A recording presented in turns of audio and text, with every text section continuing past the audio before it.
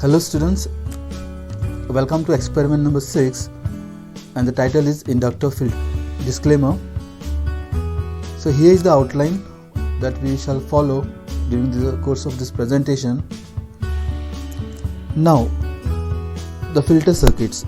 Now the output from any of the rectifier circuits, or maybe a half wave rectifier or a full wave rectifier, is not purely a DC, but it has some AC components. So if I talk about simply an output of an rectifier, so for example, if I talk about the voltage at this point, fine, it will be of this nature. So this is not a DC voltage, it is pulsating DC. So this signal is then fed to a filter circuit, and the output of which, the expected output, is of this nature. So basically the entire objective of this filtering circuits is to remove these kinds of ripples and to have a fixed linear value of output voltage. Now the ripples are maximum in the single phase half wave rectifiers and being reduced in the full wave rectifier. Fine. Now such a supply is not useful for driving advanced electronic devices circuits.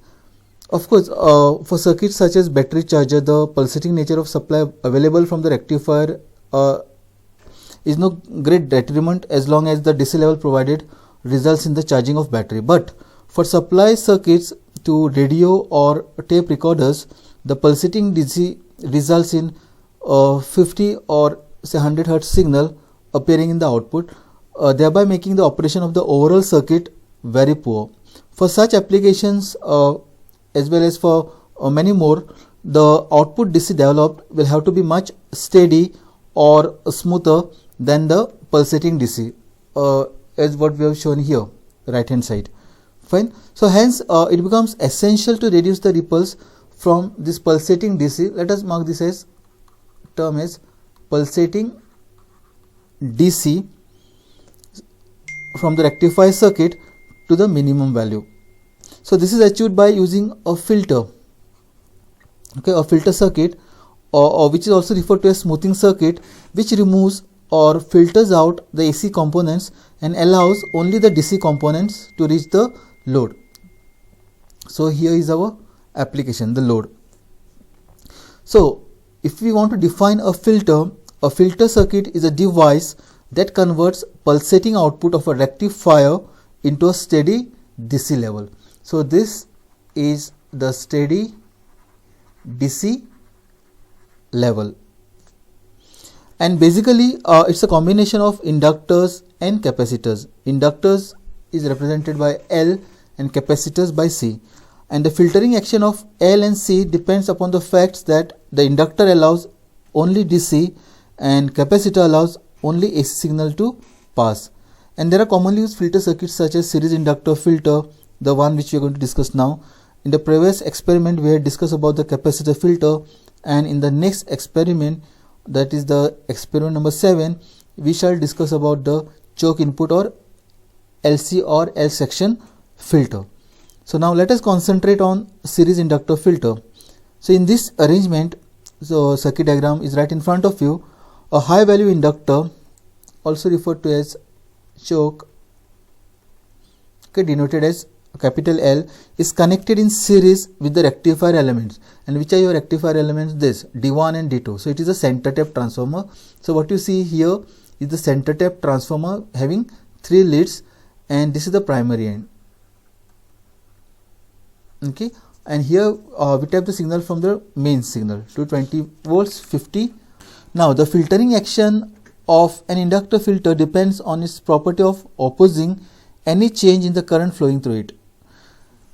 So this signal which is going to be developed here, generated at this point, is of this nature. So this is the incoming signal to this inductor. So what this inductor does is it opposes any change in the current flowing through it. So when the output current of the rectifier increases above a certain value, okay, energy is stored in it in the form of magnetic field, and this energy is given up when the current falls below the average value. So thus by placing a choke or a coil in series with the rectifier output and load, any sudden changes in the current that might have occurred in the circuit without an inductor is smoothed out by the presence of inductor L. So in brief, the function of the inductor filter may be viewed in terms of impedances. The choke or that inductor, what you see here, it offers a high impedance to the AC components but offers almost zero resistance to the desired DC components. So thus ripples are removed to a large extent. And during the demonstration video, we are going to observe the nature of the output voltage without filter and with choke filter. The most important equation, that is the ripple factor. As I said, we are going to get this kind of output which will not be a perfectly straight line or steady voltage, but we are going to get some kind of ripple voltage denoted as VR. So ripple content is given as R equals to RL divided by 3 root 2 omega L. So this is the expression for ripple factor. Now what is expected? The value of R has to be very low, so that means I have to reduce the value of RL or increase the value of inductance. Now there is a scenario here. So it is seen that ripple decreases with the decrease in RL, and when I say decrease in RL, so resistance getting reduced, that means the output current will be high. So this is the scenario wherein the load current increases. Load current I increases. Let me repeat this statement again. What we expect is less value of ripple, fine. So we have to use a less value of RL. So if I use a lower value of RL, okay, that means the current passing through that circuit will be more. So inductor filter is more efficient for high load currents or small load resistance RL. In case of if the load resistance is infinite, the output of an open circuit, then the ripple factor, what we get is root 2 by 3, which equals to 0.471. Again, this part has been covered in detail in the online class. Refer to the lecture, online lecture which has been uploaded. So you see here, this value is 0.471 when the output is an open circuit. So this is slightly less than the value of 0.482. Okay. And this difference being attributed to the omission of higher harmonics. Now what are these higher harmonics and so on, we had actually discussed in the online class. So again refer to that class. Okay. Next, here is the aim to study the operation of full wave rectifier with and without series inductor filter. So there will be two observations. One is without connecting the inductor, it will be purely a full wave rectifier, and when we mount inductor in series, it will act as a filter. So again, here are the components required. So for this, we make use of an inductance box. Okay, this will set the value of L. So we can set it to 3 Henry, 7 Henry, and so on. So again, it is as per design. Ripple factor R equals to RL upon 3 root 2 omega L. So by properly fixing the value of RL to be as 1 kilo ohms, and by varying the value of L from 3 Henry and 7 Henry, we can check out what difference it makes to the ripple factor. So from this mathematical expression, if the value of inductance increases, so instead of 3, if I make use of 7, the amount of ripple voltage will be very much reduced. So here is the circuit diagram. The explanation of it is explained here. Again, you can pause the presentation video and you can go through it. So ripple factor R, let me write again, equals to RL upon 3 root 2 omega L. So this is the model waveform expected output. I just shown the output section. The inductor is connected in series with the load resistance. So it's clearly marked here. This what you see waveform, okay, is without filter, and the moment you connect a inductor, what it does is it opposes this big change in the, opposes any change in the current flowing through it. So thereby we are going to get this kind of a waveform across the load when we connect inductor in series. So these are the typical values of VDC. The VL max, it depends upon the value of the transformer specifications and so on. What you need to observe here, you have to pause the demonstration video and practically you have to check out what is the ripple factor without a full wave, without a filter circuit, meaning without connecting inductor. And for the second case, okay, by pausing the video when the filter, that is the inductor, has been connected in series with the load resistance. Check out the screenshot on the CRO and note down the value. Fine. How do we calculate the theoretical and practical values are explained in the demonstration videos. So again, I'm not repeating it here. Then the results, you have to write down the values. Okay, here this is the observation table, and this you have to write in words what values you have observed, and you have to conclude. And what will be conclusion here? Higher the value of inductance, more will be the less will be the ripple content. Fine. So as far as your write-up is concerned, you can visit this site. The write-up has been uploaded, and most importantly, you have to write the conclusion of your own. Don't copy it from other students, don't plagiarize it. Whatever you have understood from the demonstration video, all those things you have to note down in the conclusion. Again, this write-up will be uploaded in our SETCA classroom. Fine. These are the precautions, outcome of this session, and all your write-ups are available at this site. So now let us start with the demonstration video. We will be doing something called as inductor filter.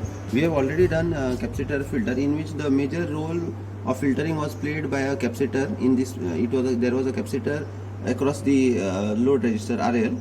Okay, here we have a inductor. Now inductor is in series with RL, whereas in a capacitor filter, the capacitor will be the capacitor is in parallel with RL. Okay. Now the only problem with inductor is that it requires continuous flow of current. So it has to be always used with the full wave rectifier circuit. So we have a full wave rectifier circuit. Okay, it cannot be used with the half wave rectifier circuit. So this is one thing that you have to note. Always it has to have a full wave rectifier circuit. Okay. Now the theoretical ripple factor R is given by RL upon 3 root 2 omega L. From this you can easily find out that ripple is inversely proportional to L. Okay, as the value of L increases, the ripple will reduce. Again I say the ripple is inversely proportional to L. So as the inductor value increases, the ripple will reduce. Okay. Theoretical formula for VDC is 2 Vm by pi. Now for practical, okay. Now for practical, VDC is nothing but Vm minus VR peak to peak by 2. Okay, and VRMS is nothing but VR peak to peak by 2 root 2. Okay, now this is the same what we have used for capacitor filter in a previous video. Okay, and the ripple is given as R is equal to VRMS upon VDC. Okay, so all what you need to do is find out what is VR peak to peak and what is Vm, and then you have to you get value of VDC, VRMS, and you substitute in these two places, and directly you get the ripple. Okay.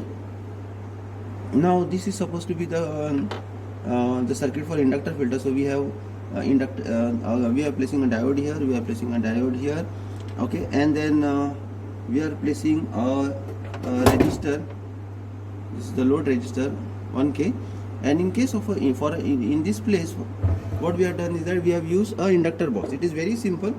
Okay, now this is one end of the inductor, this is other end of the inductor. Okay, so it is like the same. Suppose if this is the inductor, it will have two ends, no? So this is one end, okay, and this is the other end. Okay, so you have to connect one wire here and one wire here, and what value of inductance you want, it will be decided on the knobs settings. Okay, suppose say, so you can see here it is written 1 Henry. Okay, so if you keep it, see, all I will first keep all to 0. Okay, So if you want 1 Henry, what you have to do is that you have to only change the knob setting to 1 over here. So 1 into 1 Henry. So the inductor value right now is 1 Henry. Suppose if you want 3 Henry, so you just have to vary it, okay, and keep it at 3. So you will get 3 Henry. Okay, suppose say you want maybe 5 millihenry. Okay, now you have to find where is millihenry. So you can see here I have 1 millihenry multiplication. Okay, so you have to keep this as knob setting at 5. Okay, so 5 into 1 millihenry, that is 5 millihenry. So this is how you actually use this inductance box. This is one end of the inductor, this is other end of the inductor. Okay, this is very simple. Now we'll try to build a circuit. So again we have a center tap transformer. Okay, so this is one winding, so I'm placing it over here. Okay, this is the center winding, and place it somewhere here, and then this is, so these are the two extreme, and this is the center tap winding. Okay, and then what we do is I'll place diode. See, I'll place diode. So from here to here, and then one more diode from here to here. Simple it is. Okay, so this part is done. Okay, then you have to connect an inductor in series. This inductor is there, which is in series. So you use an inductance box.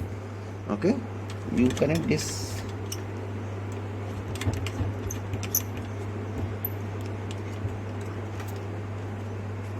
So connect a wire. Okay, it has to be in series. Okay, so you place one wire here, and you place a wire here. Okay, and then you connect your load resistor RL. Okay, so you can connect your load resistor RL like this.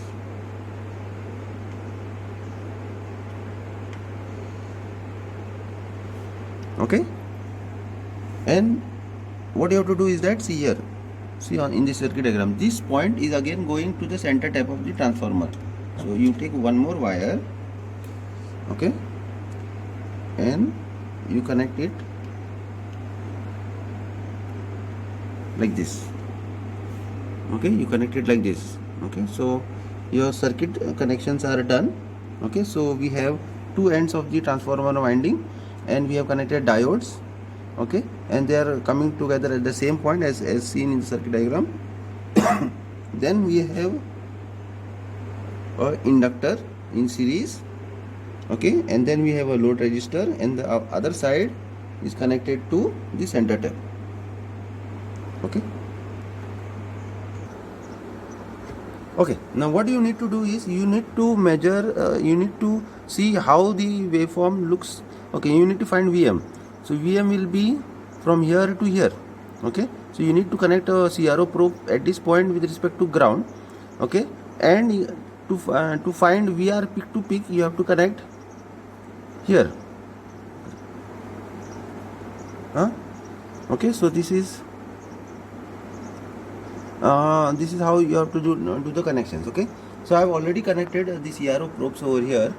Okay, so I need two channel of CROs, one for checking what is VM, and one for checking what is VR peak to peak. So two I have connected. Okay, now what we need to do is that we need to find out what is happening at this point. So if you connect so you need to find you need to check what is VM. Okay, so VM is nothing but the signal between this point and ground. Okay, so you need to connect one CRO probe to this point with respect to ground, and you have to also check what is happening at the output VR peak to peak across the load resistor. So you require two CRO probes. Okay, you require two channels of the CRO to check, one to check what is VM and one to check what is VR peak to peak.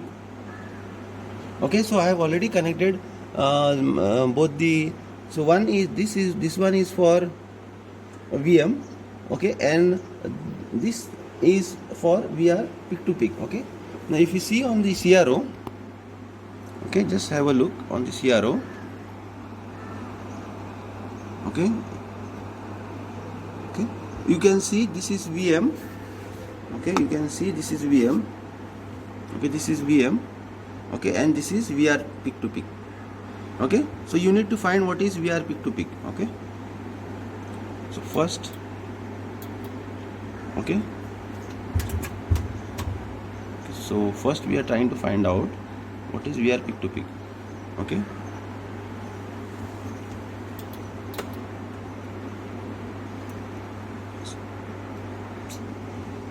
so VR peak to peak, see, from here to here it is 0.2, 0.4 and 0.5. So 0.5 into 5 is your VR peak to peak.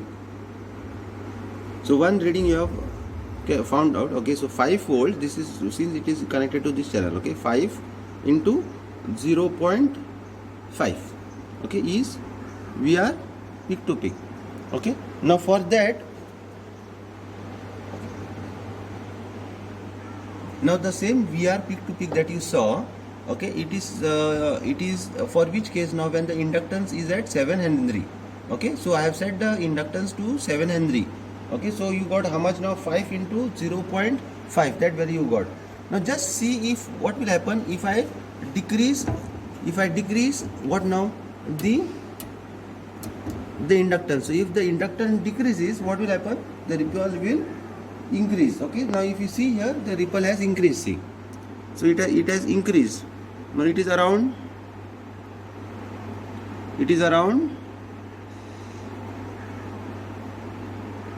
okay, it is around 0.8 into 5. So you get a clear picture from this experiment that as the value of the inductor increases, the ripple decreases, or as the value of the inductor decreases, the ripple will what now?